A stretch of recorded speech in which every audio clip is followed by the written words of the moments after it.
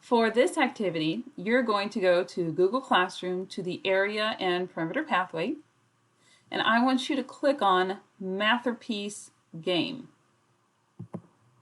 Masterpiece Game. When you open it up, you're going to see a lot of crazy stuff. I need you to scroll down until you see the Masterpiece Game. Now let me read to you what this game is about. It says, you are in a math museum filled with some of the greatest masterpieces of all time, painted by the likes of Pablo Multiplicasso, Factorangelo, and many others. But no, a villain, the confounder, has broken in and switched all of the titles to amuse himself. Someone needs to help. Can you? Look at all of the masterpieces and figure out what the title of each is.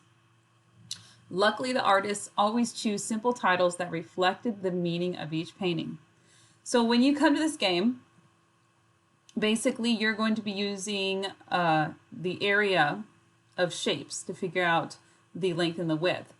I want you to click multiplication, and then we see, oh, the villain, so evil, so evil. He has switched all of the paintings around, and we have 5 minutes to put them back together.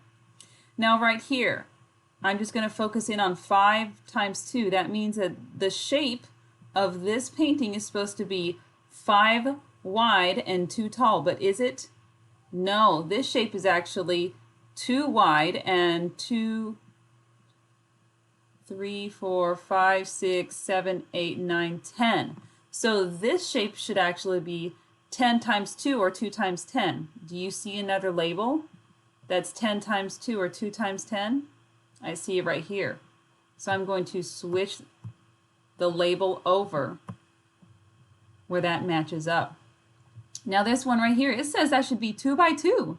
That is not 2 by 2, that's 2 wide, but it's 1, 2, 3, 4, 5, 6, 7, 8, 9. 9 by 2.